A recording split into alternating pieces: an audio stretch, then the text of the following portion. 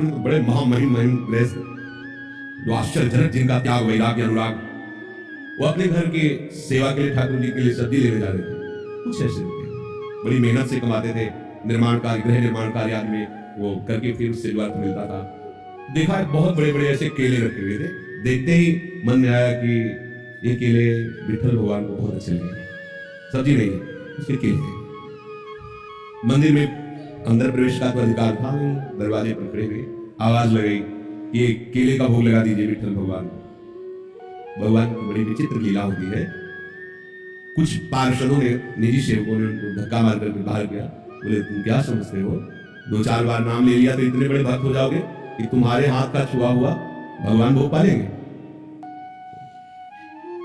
उनको ऐसा कुछ इस बात से बुरा नहीं लगा कि सर एकांत में जाके प्रभु से बात करने लगे कि मेरा अपमान हुआ इस बात का, मुझे कोई दुख नहीं, लेकिन आपने ऐसा क्यों किया।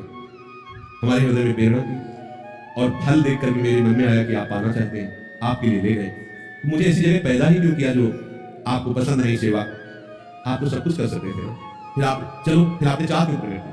ठीक है, यदि आप ऐसा है तो फिर इस शरीर को रख के क्या करेंगे, क्योंकि ये शरीर आपकी सेवा की होगी नहीं ना।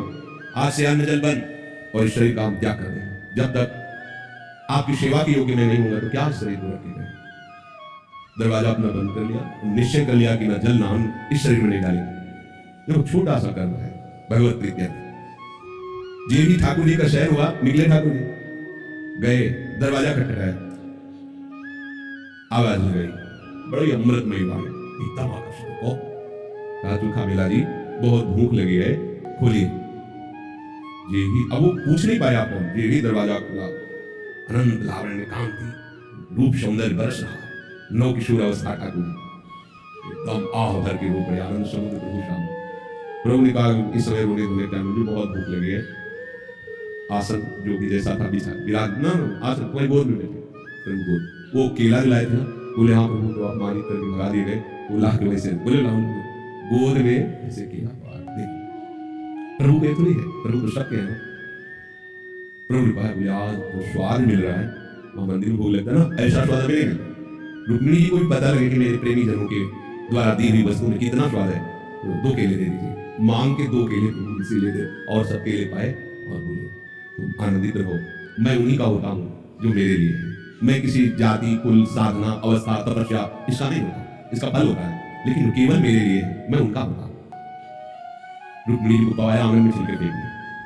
अंदर से दरवाजा बंद मंदिर का। अब जब सुबह दर्शनकालीन शास्त्रों भक्तों की भीड़ लगी, जय जयकार मच रहा है। सेवा करने वाले निजी पार्षद बाहर से ताला लगा के जाते थे, जब ताला खुला तो अंदर से खुला नहीं, बहुत परेशान। तो विनय प्रारंभ की, रोने लगे सब, प्रभु क्या अपराध हो गया। बोले जब दरवाजा, ये दरवाजा तभी खुलेगा जब चोखा मेला जी को आप लाओगे, और वो कहेंगे दरवाजा खोलो, तुम खोलेंगे।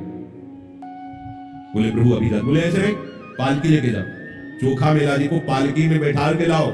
अगर वो ना बैठे तो उनके पैर पकड़ना और कहना पालकी में बैठो। ये वही लोग जिन्होंने धक्का दिया कि तुम्हारे हाथ का भगवान कैसे पाएंगे, भगवान शिक्षा दे रहे। अगर वो ना बैठे तो उनके चरण पकड़ना, क्योंकि वो दैन्य है, वो शायद ऐसा ना करे, तो उनके चरण पकड़ना, उनसे विनय करना, उनको बैठाना। और जब वो पालकी में बैठ के आएंगे और यहाँ दरवाजे में कहेंगे खोलो प्रभु, तो हम खोलेंगे नहीं, दरवाजा खुलेगा नहीं, अंदर से सब लाग।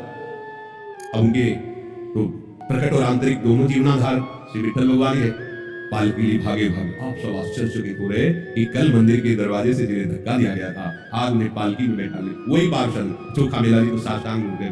महिषियों की कहा तो वो फिर चरण पकड़ रहे कि अब आप छुपिए मत, सब जान गए कि आप किस कोटि के महान भक्त। आप जबरदस्ती उनको पालकी में बैठाया, जय जयकार करते लाए, मंदिर में जब आए तो आशीर्वाद दी, चोखा मेला जी प्रभु बस करो बस करो, तो खोल दो।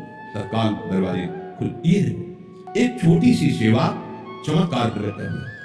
यदि हम 8 पहर प्रभु के लिए तो कैसा जीवन, विचार करके देखो आप।